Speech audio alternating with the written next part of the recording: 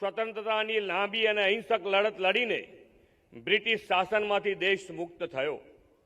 જેમના ત્યાગ, તપસ્યા, બલિદાન અને સમર્પણને પરિણામે આપણને આઝાદી મળી છે, તેવા નામી અનામી અનેક શહીદો, સ્વાતંત્ર્ય સેનાનીઓને પૂજ્ય બાપુની જન્મભૂમિ પરથી નતમસ્તક વંદન કરું છું.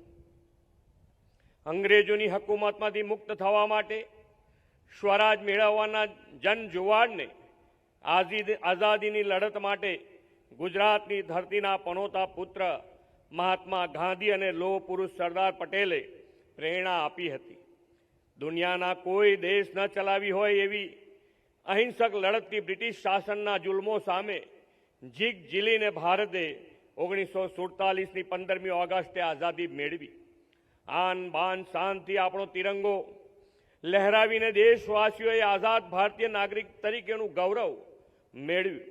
આ તિરંગા ઝંડાના 3 રંગો વિશ્વને ભારતની આગવી ઓળખ આપે છે. કેસરી એ આપણી સુરવીરતા, સાહસનું ખમીર ઝળકાવે છે, તો સફેદ રંગ સત્ય અને શાંતિનું પ્રતીક છે. લીલો રંગ પર્યાવરણ પ્રિય અને હરિત ક્રાંતિનો રંગ છે. અશોક ચક્ર આપણને અવિરત વિકાસની ગતિ માટેની પ્રેરણા આપનારું ચાલક બળ છે. આ તિરંગાની સાથે દેશને જે સ્વરાજ્ય મળ્યું તેને સુરાજ્યમાં પલટાવવાનું નેતૃત્વ પણ ગુજરાતની ધરતીના પનોતા પુત્ર આપણા વડાપ્રધાન શ્રી નરેન્દ્રભાઈ મોદીએ કર્યું છે. સ્વતંત્રતાના 79મા પર્વ અવસરે જન જનમાં રાષ્ટ્ર ચેતના જગાવવા અને સ્વચ્છતા માટે સૌમાં સ્વયંભૂ જાગૃતિ લાવવા હર ઘર તિરંગા હર ઘર સ્વચ્છતા અભિયાન પણ વડાપ્રધાનશ્રીની પ્રેરણાથી રાષ્ટ્રભક્તિમય વાતાવરણમાં લોક ભાગીદારીથી ઉજવાયું છે. આ વર્ષનું સ્વાતંત્ર્ય પર્વ આપણા માટે વિશેષ મહત્વનું પર્વ છે. આદરણીય વડાપ્રધાન શ્રી નરેન્દ્રભાઈ મોદીની પ્રેરણાથી આ વર્ષે 4 મહત્વપૂર્ણ ઉજવણી આ અમૃતકાળમાં દેશમાં થઈ રહી છે. લોહ પુરુષ સરદાર પટેલની 150મી જન્મ જયંતિ, આદિવાસીઓના ભગવાન બિરસા મુંડાની 150મી જન્મ જયંતિ, આપણા બંધારણના અંગીકરણના 75 વર્ષ અને સુશાસનના પ્રેરણા સ્ત્રોત સ્વર્ગસ્થ વડાપ્રધાન શ્રી વાજપેયીની જન્મ શતાબ્દી. આ ઉજવણીઓ આપણને સૌને દેશ માટે સદા કર્તવ્યરત રહેવાની અને રાષ્ટ્રહિતને સમર્પિત રહેવાની પ્રેરણા આપનારા અવસરો છે. વિશ્વ નેતા અને યશસ્વી વડાપ્રધાન શ્રી નરેન્દ્રભાઈ મોદીએ સમગ્ર દેશને એકતાના તાંતણે ગૂંથીને એક ભારત શ્રેષ્ઠ ભારતનું નિર્માણ કર્યું છે. રાષ્ટ્રહિત પ્રથમની પ્રતિબદ્ધતા સાથે દેશની એકતા, અખંડિતતા વડાપ્રધાનશ્રીની ટોપ પ્રાયોરિટી છે.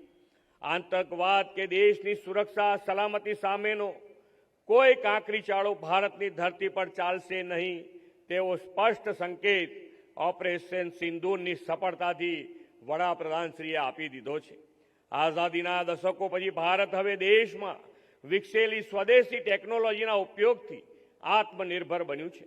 વડાપ્રધાન શ્રી સ્પષ્ટપણે માને છે કે આત્મનિર્ભર ભારત માત્ર સરકારી કાર્યક્રમ નથી, પરંતુ 140 કરોડ ભારતીયોનો સંકલ્પ છે, જન આંદોલન છે. દરેક નાગરિક પોતાની જવાબદારી સમજીને દેશની પ્રગતિમાં ભાગીદાર બને અને પોતાના પગભર ઊભા રહેવા, દરેક ક્ષેત્રમાં નવીનતા લાવવા અને દુનિયા સાથે પોતાની શક્તિ વહેંચવા માટે આત્મનિર્ભર ભારતનું અભિયાન મહત્વપૂર્ણ છે. વોકલ ફોર લોકલ અને લોકલ ફોર ગ્લોબલ માટે સ્થાનિક ઉદ્યોગો, એમએસએમઈ, કૃષિ, ગ્રામ્ય અર્થતંત્ર, સ્ટાર્ટઅપ, આયુર્વેદ, યોગા, હસ્તકલા અને સંસ્કૃતિને પ્રોત્સાહન આપવાનું છે. વડાપ્રધાન શ્રી નરેન્દ્રભાઈ મોદીની કલ્પનાનું સાચું આત્મનિર્ભર ભારત બનાવવા માટે દરેકે દરેક વ્યક્તિની સહિયારી નૈતિક જવાબદારી છે. દરેક નાગરિક ભારતીય વસ્તુ ખરીદવાનું દેશભક્તિનું કાર્ય માનશે ત્યારે ભારત આત્મનિર્ભર બનશે. દરેક વ્યવસાય ગુણવત્તા અને સ્થિરતાને અનિવાર્ય માનશે ત્યારે ભારત આત્મનિર્ભર બનશે. દરેક નવીનતા લાવનાર સૌ પ્રથમ ભારતના હિતમાં વિચારશે ત્યારે ભારત આત્મનિર્ભર બનશે. દરેક ખેડૂત સસ્ટેનેબલ ખેતી અપનાવશે ત્યારે ભારત આત્મનિર્ભર બનશે. દરેક ક્ષેત્રે નિર્ભરતાથી પ્રભુત્વ તરફ આગળ વધશે ત્યારે ભારત આત્મનિર્ભર બનશે. દરેક નાગરિક પોતાને આત્મનિર્ભર બનાવીને રાજ્ય દેશને આત્મનિર્ભર બનાવવાનો સંકલ્પ આ સ્વતંત્ર પર્વે લેવા આહવાન કરું છું. વડાપ્રધાનશ્રીની વિઝનરી લીડરશીપમાં દેશના અમૃતકાળમાં નવા ભારતનું ને આત્મનિર્ભર ભારતનું નિર્માણ વધુ તેજ ગતિથી આગળ વધી રહ્યું છે. તેમના ત્રીજા કાર્યકાળ મોદી 3.0માં વિશ્વની ત્રીજી મોટી આર્થિક સત્તા બનવા તરફ ભારતે મક્કમ કદમ માંડ્યા છે. ગુજરાતને તો વડાપ્રધાનશ્રીના દ્રષ્ટિવંત નેતૃત્વ અને માર્ગદર્શનનો લાભ 2 દાયકા કરતાં વધુ સમયથી મળતો રહ્યો છે. ગુજરાત દેશના વિકાસનું રોલ મોડેલ બન્યું છે. તેના પાયામાં આદરણીય મોદી સાહેબે સર્વગ્રાહી વિકાસની ઇમારતનું જન સહયોગથી કરેલું નિર્માણ છે. વડાપ્રધાનશ્રીએ વિકાસની રાજનીતિનો જે પાયો નવો અધ્યાય પાછલા 11 વર્ષમાં સૌના સાથ, સૌનો વિકાસ, સૌનો વિશ્વાસ અને સૌના પ્રયાસ મંત્રથી શરૂ કર્યો છે, તે હવે જન જનનો મંત્ર બન્યો છે. છેવાડાના ગરીબ, વંચિત, અંત્યોદયને કેન્દ્રમાં રાખીને કલ્યાણ યોજનાઓ બને છે અને સફળતાપૂર્વક લક્ષ્ય પણ સિદ્ધ કરે છે. વડાપ્રધાનશ્રીના નેતૃત્વમાં ગુજરાતમાં આવાસ, આરોગ્ય, આહાર અને અભ્યાસ તથા આર્થિક ઉન્નતિથી તકોનો લાભ સૌને સરળતાથી મળે તે રાજ્ય સરકારે ટીમવર્કથી સુનિશ્ચિત કર્યું છે. સૌને પાકા આવાસ પૂરા પાડવા વડાપ્રધાનશ્રીની પ્રેરણાથી શરૂ થયેલી પ્રધાનમંત્રી આવાસ યોજનામાં આપણે શહેરી અને ગ્રામીણ બે મળીને અત્યાર સુધી 11 લાખ પાકા આવાસો લાભાર્થીઓને પૂરા પાડ્યા છે. પાકા સુવિધાયુક્ત આવાસ સાથેના લોકોના આરોગ્યની સાર સંભાળ અને આરોગ્યની સુખાકારીની નેમ પણ આપણે પાર પાડી રહ્યા છીએ. રાજ્યના ગ્રામીણ અને છેવાડાના વિસ્તાર સુધી 10,000થી વધુ આયુષ્યમાન આરોગ્ય મંદિરનું નેટવર્ક વિસ્તર્યું છે. પ્રધાનમંત્રી જન આરોગ્ય યોજનામાં 2,90,00,000 લોકોને આયુષ્યમાન કાર્ડ આપ્યા છે. ટીબી મુક્ત ગુજરાત અને મેદેસ્વાતીમાંથી મુક્તિ માટે પણ સરકાર જન સહયોગથી સઘન ઝુંબેશ ચલાવી રહી છે. ગરીબો, વંચિતો, જરૂરિયાતમંદ પરિવારના આહારની પણ દરકાર આપણી સરકારે લીધી છે. 76 લાખ અંત્યોદય પરિવારના 3,26,00,000 લોકોને પ્રધાનમંત્રી ગરીબ કલ્યાણ અન્ન યોજનાનો લાભ અપાય છે. વડાપ્રધાનશ્રીએ વિકસિત ભારતના નિર્માણનો જે સંકલ્પ કર્યો છે તેના મુખ્ય આધાર જ્ઞાન એટલે કે ગરીબ, યુવા, અન્નદાતા, કિસાન અને નારી શક્તિને ગણાવ્યા છે. ગુજરાતે પણ આ 4 પિલ્લરના સશક્તિકરણ માટે અનેક આયામો ઉપાડ્યા છે. ગરીબ અને જરૂરિયાતમંદ લોકો માટે બનતી યોજનાઓના લાભ 100% તેમને મળે તે માટે સેચ્યુરેશન એપ્રોચ અને જન સુરક્ષા સંતૃપ્તિ અભિયાન શરૂ કર્યા છે. આપણે આ વર્ષે આદિવાસીઓના ભગવાન બિરસા મુંડાની 150મી જન્મજયંતિ વડાપ્રધાનશ્રીની પ્રેરણાથી ઉજવી રહ્યા છે. આદિજાતિઓના સર્વગ્રાહી સામાજિક, આર્થિક અને શૈક્ષણિક ઉત્કર્ષ માટેની વન બંધુ કલ્યાણ યોજના 2માં આ વર્ષના બજેટમાં રાજ્યના ઇતિહાસમાં અભૂતપૂર્વ એવી રૂપિયા 30,121 કરોડની રકમ ફાળવી છે. છેલ્લા 10 વર્ષમાં આદિજાતિના બાળકોના ઉચ્ચ શિક્ષણ સહિતના અભ્યાસ માટે 4300 કરોડ રૂપિયાથી વધુ શિષ્યવૃત્તિની સહાય આ ડબલ એન્જિન સરકારે આપી છે. પ્રધાનમંત્રી જનજાતિ આદિવાસી મહાઅભિયાન PM જનમનમાં સમગ્ર દેશમાં ગુજરાત પ્રથમ ક્રમે છે. યુવા શક્તિના કૌશલ્યથી સ્ટાર્ટઅપ ઇકોસિસ્ટમને વધુ મજબૂત બનાવવા સ્ટુડન્ટ સ્ટાર્ટઅપ અને ઇનોવેશન પોલિસી પણ અમલી બનાવી છે. રાજ્યમાં હાઈ વેલ્યુ જોબ અને સ્કિલ ડેવલપમેન્ટ તેમજ ઇનોવેશન અને ડિજિટલ ટ્રાન્સફોર્મેશનને પ્રોત્સાહન આપવા 5 વર્ષ માટે Gujarat global capacity centre policy બનાવી છે. હવે આપણા યુવાનો જોબ સિકરનીમાંથી જોબ ગીવર બની રહ્યા છે. યુવાનોના રોજગારીની સાથે બાળકોના અભ્યાસ અને પોષણની ચિંતા પણ સરકારે કરી છે. વડાપ્રધાનશ્રીએ આપેલા પઢાઈ બી પોષણ બીના સૂત્રને સાકાર કરીને બાળકોને પૂરક પોષણ આહારની પહેલ ગુજરાતે કરી છે. દરરોજ 35 લાખથી વધુ બાળકોને આ યોજનાનો લાભ મળી રહ્યો છે.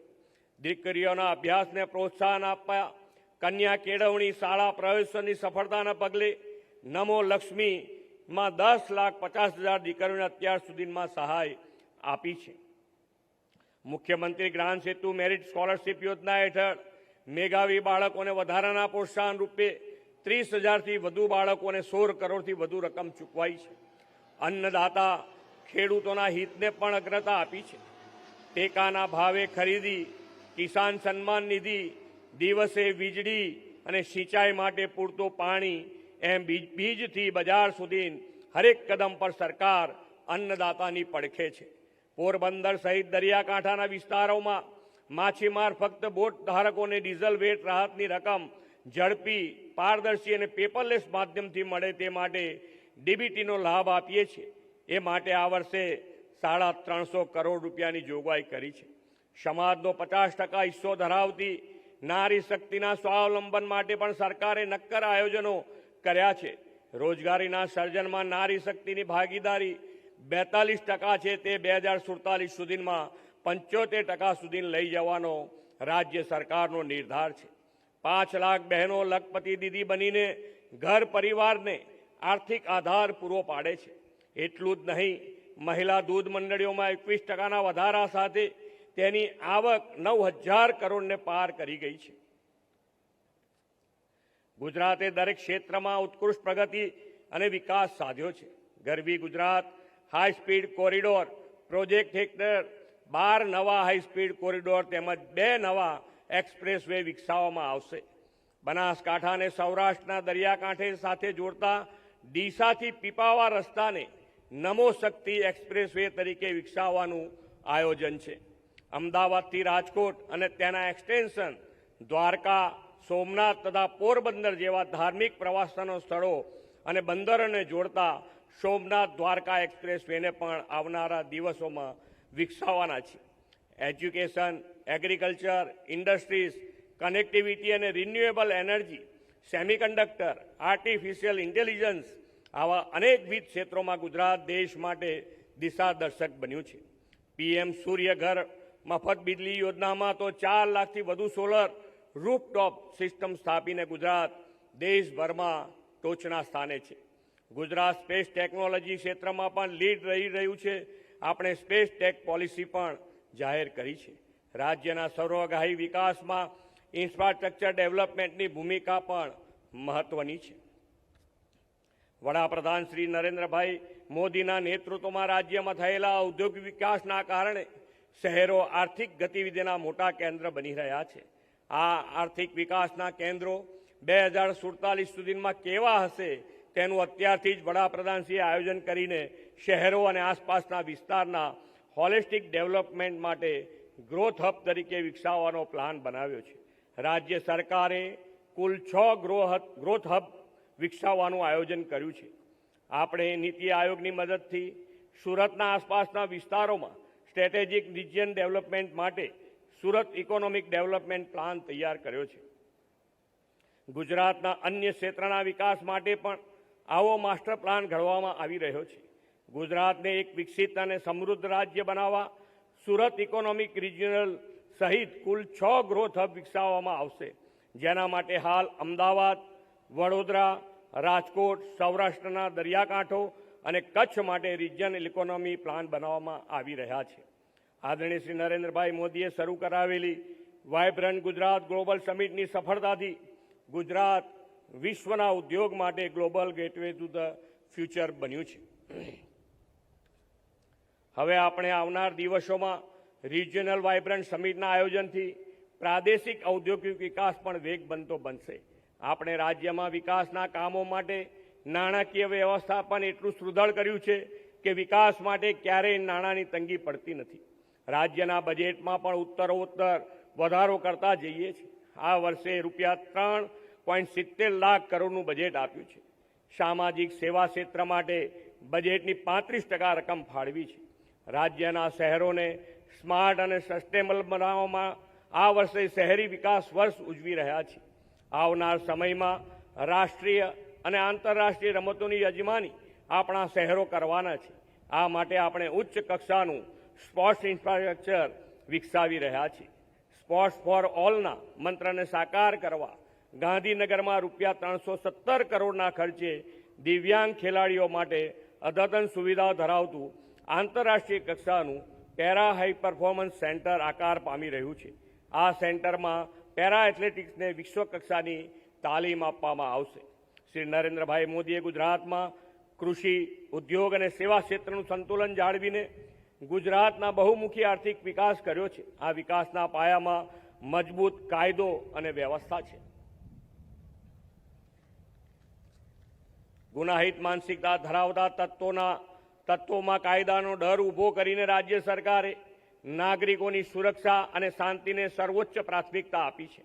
વડાપ્રધાન શ્રી નરેન્દ્રભાઈ મોદી અને ગૃહમંત્રી શ્રી અમિતભાઈ શાહના નેતૃત્વમાં દેશમાં અનેક ઐતિહાસિક નિર્ણયો લેવાય છે.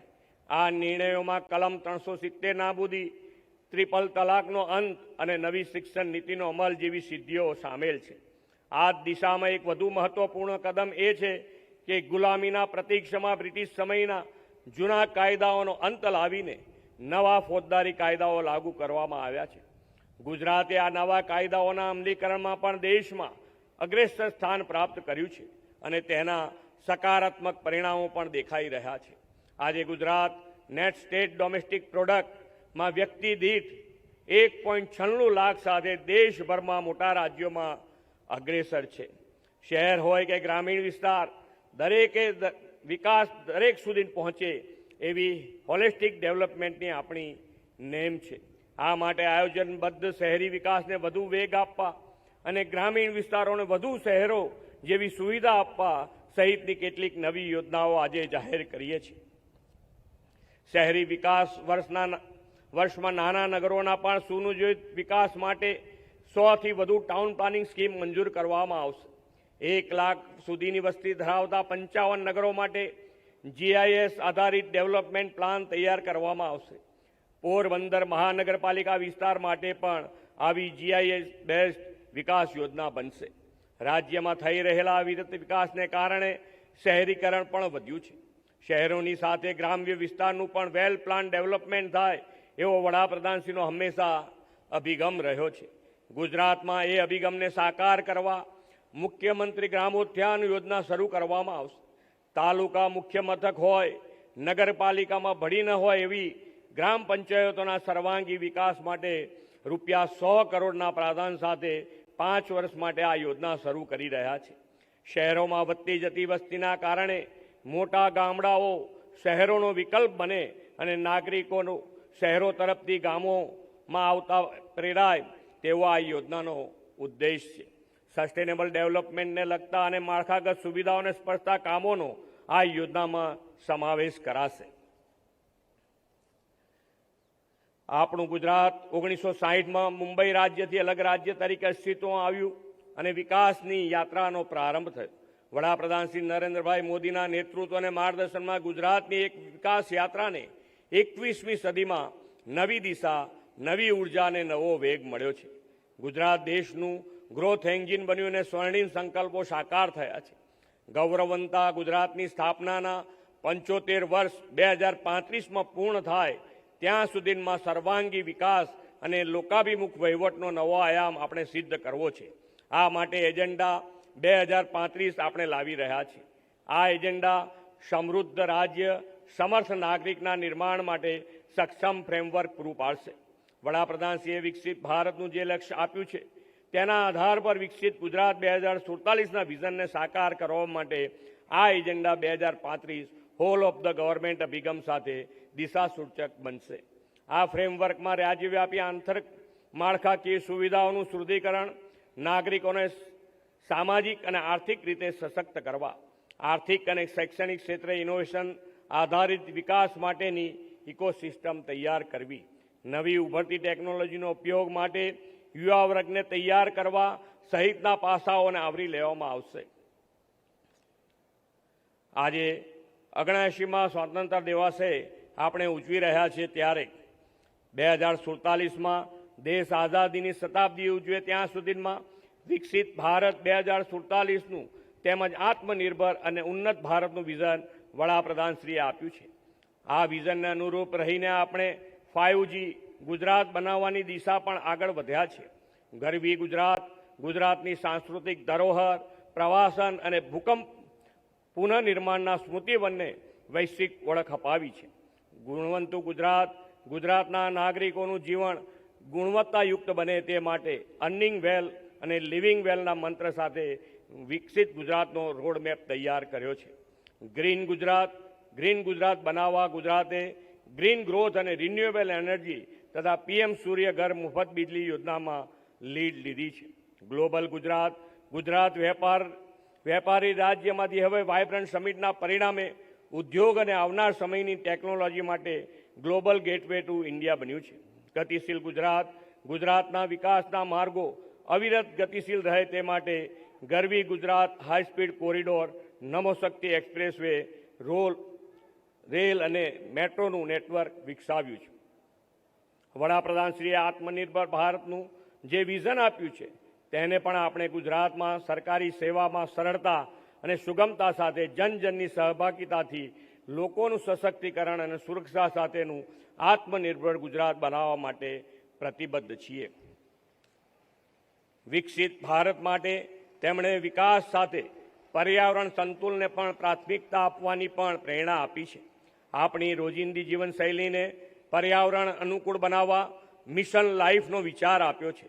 ધરતી માતાને હરિયાળી બનાવવા માટે ક્લાઇમેટ ચેન્જના પડકારો સામે રક્ષણ મેળવવા માટે એક પેડ માં કે નામ, વરસાદી પાણીને જમીનમાં ઉતારીને ભૂગર્ભ જળ સંચય માટે કેચ ધ રેન અને અમૃત સરોવરનું નિર્માણ, માનવ જીવન અને જમીન બેયના સ્વાસ્થ્ય માટે પ્રાકૃતિક ખેતી અપનાવીએ. અત્યારે જન્માષ્ટમીના તહેવારો ચાલે છે. આપણે સૌ તહેવારોની ખરીદીમાં સ્થાનિક ઉત્પાદનોની ખરીદી કરીએ. સ્વદેશીને પ્રોત્સાહન આપીને વોકલ ફોર લોકલ પ્રમોટ કરીએ. સ્વચ્છતા સાથે રાષ્ટ્રપ્રેમ ઉજાગર કરતું હર ઘર તિરંગા હર ઘર સ્વચ્છતા અભિયાનમાં સહભાગી થઈએ.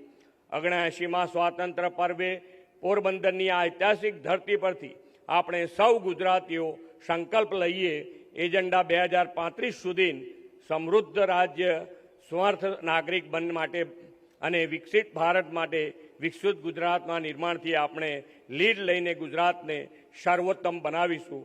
ફરી એકવાર આપ સૌને સ્વતંત્રતા દિવસની ખૂબ ખૂબ શુભેચ્છાઓ પાઠવી વિરમું છું.